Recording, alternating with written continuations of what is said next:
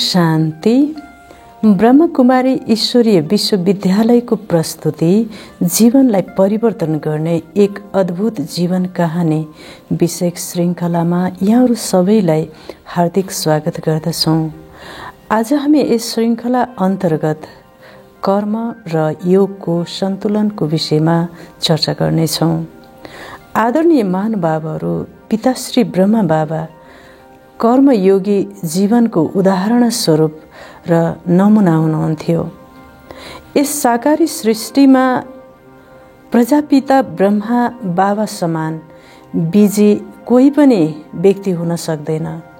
बाबा त्यति बिजी हुनुहुन्थ्यो, तथापि पिताश्री ब्रह्मा बाबाले सधैँ आफूलाई करणहार होइन, परमपिता परमात्मा शिव बाबा करण करावनहार हुनुहुन्छ। बाबाले मेरोद्वारा गराउनु भएको छ, म निमित्त हुँ, म करणहार होइन, करण करावनहार स्वयं भगवान हुनुहुन्छ। यस्तो स्मृतिबाट बाबाले कार्य गर्नुहुन्थ्यो। बाबा भन्नुहुन्थ्यो, मिठे बच्चे, तिमीले सधैँ कम्बाइन्ड स्वरूप भएर कर्म गर। मैपनमा आएर आफ्नोपनको फिलिङद्वारा अहम भावले कर्म नगर। यसरी कर्म गर्यौ भने कर्मको बन्धनले तिमीलाई बाँध्नेछ। भगवानको स्मृतिमा भगवान समान बनेर भगवानमा अर्पित भएर भगवानको लागि सम्झेर निमित्त भएर कर्म गर भन्ने शिक्षा तथा प्रेरणा पिताश्री ब्रह्मा बाबाले दिनुहुन्थ्यो। पिताश्री ब्रह्मा बाबा हमेसा भन्नुहुन्थ्यो, डबल फोर्सले कार्य गर। साथीलाई साथ लिएर कर्म गर। एक्लै कर्म गर्यौ भने थाक्नेछौ र असफल हुनेछौ। जब सर्वशक्तिवान स्वयं परमात्मा साथमा हुनुहुन्छ, एकमा दुई भएर कार्य गर्यौ भने त्यो कार्यमा बोझ हुने छैन, सरल सहज र सफलता मिल्नेछ। यसरी बाबा कर्मयोगी जीवनको नमुना हुनुहुन्थ्यो। बाबाले एक पनि कार्य भगवान शिव बाबाको स्मृति र याद बिना गर्नु भएन। यद्यपि खाँदा, सुत्दा, बस्दा, उठ्दा, खेल्दा पनि र बाबा परमपिता परमात्मा शिव बाबाको स्मृतिमा हुनुहुन्थ्यो। त्यसैले बाबाले पिताश्री ब्रह्मा बाबाले भन्नुभएको थियो, बच्चे, हामी दुवैजना कहिल्यै पनि अलग हुँदैनौ। परमात्मा शिव बाबा र प्रजापिता ब्रह्मा बाबाको आत्मा, हामी दुवैजना कहिल्यै पनि अलग हुँदैनौ। त्यसैले तिमीले पनि अलग आफूलाई नसम्झ। यही उद्देश्यले नै मैले त्रिमूर्तिको ब्याज बनाएको हो। बच्चे, हमेसा आफूलाई त्रिमूर्ति सम्झ, त्रिमूर्ति स्वरूपमा सम्झ। त्यसैले यो ब्याज त्रिमूर्तिको बनाउन लगाइएको हो। त्रिमूर्ति भन्नाले तपाईँ हामी आफू, प्रजापिता ब्रह्मा बाबा र शिव बाबा तीनजना अथवा त्रिमूर्ति सम्झेर कार्य गर। यसरी बाबाले यस्तो दिव्य शिक्षा दिनुहुन्थ्यो, कर्मयोगी जीवनको प्रेरणा दिनुहुन्थ्यो। पिताश्री ब्रह्मा बाबा कर्मयोगी जीवनको मिसाल हुनुहुन्थ्यो। बाबाले हरेक यज्ञवत्सहरूलाई पनि कर्म र योगको सन्तुलन राख्ने प्रेरणा तथा शिक्षा दिनुहुन्थ्यो। बाबा प्रत्येक दिन किचनमा 2 पटक आउनुहुन्थ्यो, चक्कर लगाउनुहुन्थ्यो। साथै किचनको इन्चार्ज भोली दादीलाई वरदान दिँदै भन्नुहुन्थ्यो, बच्ची, शिव बाबाको स्मृतिमा भोजन बनाउँदैछौ। यद्यपि रोटी बेल्दा पनि तिमीले कसलाई सम्झेकी छौ? शिव बाबाको याद छ?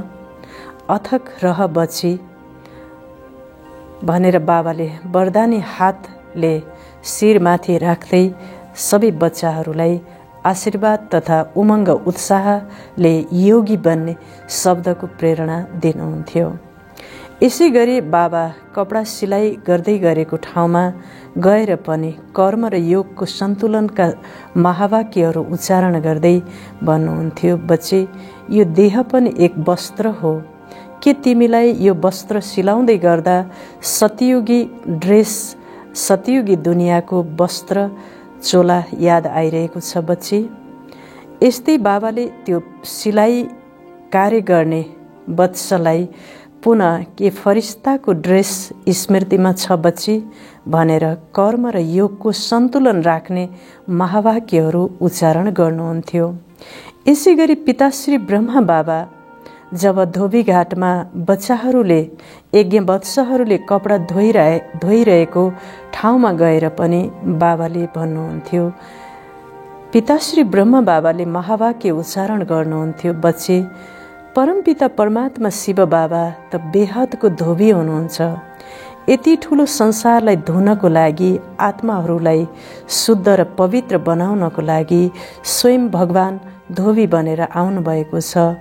हामी सबैको मैलो आत्मरूपी चोली अथवा कपडालाई, वस्त्रलाई शुद्ध बनाउनको लागि। त्यसैले तिमीले पनि कपडा धुने बेलामा आत्मचिन्तन गर्दै परमात्माको स्मृतिमा कपडा धुनु पर्दछ बच्चे।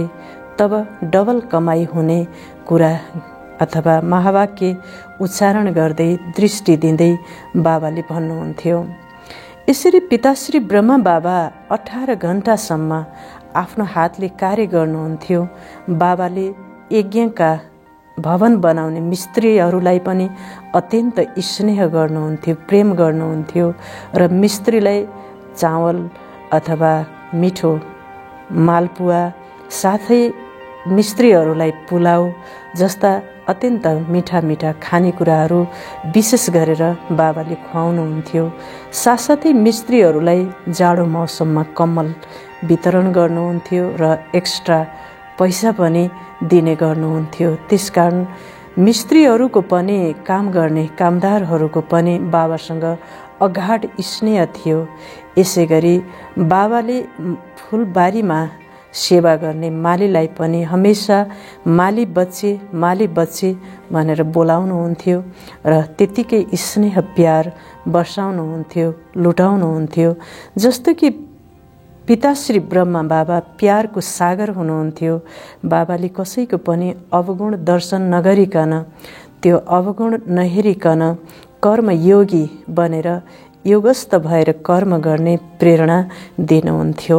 पिताश्री ब्रह्मा बाबाले सबै यज्ञवत्सहरूलाई प्रत्येक दिन कचहरी अथवा सुत्ने बेलाभन्दा अगाडि एक सभाको आयोजना गर्नुहुन्थ्यो र दिनभरि सबै यज्ञवत्सहरू कर्मयोगी बन्यौ वा बनेनौ भनेर निरीक्षण र परीक्षण पनि गर्नुहुन्थ्यो र सुत्ने बेलामा सबैले हात खुट्टा धोएर अत्यन्त सफा शुद्ध भएर योग मुद्रामा योगी बनेर विश्राम गर्ने, योग निद्रालाई प्राप्त गर्ने दिव्य शिक्षा दिनुहुन्थ्यो र रात्रि बाबाले यसरी कचहरी अथवा सब राज्य दरबार तिम्रो कर्म इन्द्रियले कर्म गर्ने क्रममा दिनभरि कहीँ कतै धोका त दिएन भनेर बाबाले यस्तो किसिमबाट बच्चाहरूलाई शिक्षा दिनुहुन्थ्यो र अगाडिको लागि अत्यन्त स्नेहपूर्ण तरिकाले सावधानी पनि दिने गर्नुहुन्थ्यो। यसरी बाबाले आफ्नो हातले फुलहरू लगाउनुहुन्थ्यो र कर्मयोगी बनेर कर्म र योगको सन्तुलन गर्दै, साधना र कर्मको सन्तुलन गर्दै आफ्ना हातले फुलहरू लगाउनुहुन्थ्यो, फलहरूका वृक्षहरू लगाउनुहुन्थ्यो। बाबाले भन्नुहुन्थ्यो, जब यज्ञवत्सहरू आध्यात्मिक बच्चाहरू यहाँ आउनेछन्, अत्यन्त राम्रा राम्रा फुलहरू देख्नेछन्। मैले ती बच्चाहरूलाई प्रश्न सोध्नेछु, बच्चे तिमी कुन फुल बन्दछौ? तिमी गुलाबको फुल, चम्पा, चमेलीको फुल बन्दछौ कि कस्तो प्रकारको तिमी फुल बन्ने हो भनेर मैले प्रश्न सोध्नेछु। यस्तो उद्देश्य र लक्ष्यलाई लिएर बाबाले विशाल जमिनमा फल र फुलका वृक्षहरू आफैले लगाउनु भएको थियो। यसै गरी बाबाले अङ्गुरको वृक्षहरू लगाउनु भएको थियो।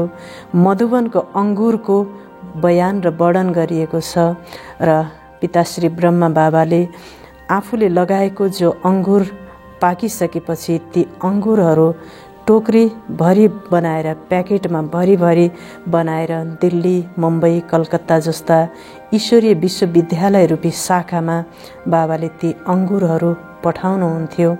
यसै त दुनियाँमा धेरै नै अङ्गुरहरू प्राप्त हुन्छन्, तर पिताश्री ब्रह्म बाबाले पठाएका एक एक दाना अङ्गुरलाई प्राप्त गर्नको लागि गाउँ गाउँबाट कुना कुनाबाट सहरका प्रत्येक क्षेत्रबाट आध्यात्मिक वत्सहरू अथवा ब्रह्मकुमार कुमारीहरू बाबाका बच्चाहरू बाबाले माउन्ट आबुबाट पठाएको अङ्गुर प्राप्त गर्न एक दाना अङ्गुर प्राप्तिको लागि लालायित भएर दौडाउँदै भाग्दै आउनुहुन्थ्यो।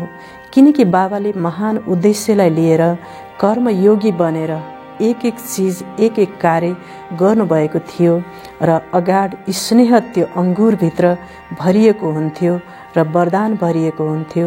यस्तो किसिमबाट कर्मयोगी बनेर कर्म गरेर बाबाले त्यो समस्त शिक्षा हामी सबै ब्रह्मकुमार ब्रह्मकुमारी यज्ञवत्सहरू ब्राह्मणहरूलाई दिनुभएको थियो। त्यसैले यस फलो फादर गर्ने जीवनको यात्रामा जीवनको आदर्श जीवनको ऐना पिताश्री ब्रह्म बाबालाई अगाडि राख्दै हामीले पनि एक एक कर्मको महान र महिमालाई बुझेर अत्यन्त भावयुक्त भएर योगी बनेर भगवान समान भगवानको लागि भगवानको सृष्टिको लागि हामीले कर्म गर्नुपर्दछ। तब नै हामीले यस कर्मबाट कर्मको बन्धनबाट छुटेर कर्मातीत र गुणातीत अवस्थालाई प्राप्त गर्नेछौँ भन्दै यस एपिसोडलाई हेरेर कर्मयोगी जीवन बनाउनुहुनेछ र बन्ने प्रेरणा दिनुहुनेछ भन्दै आजको यो श्रृङ्खलाबाट बिदा हुन्छौँ। हवस् त। ओम शान्ति।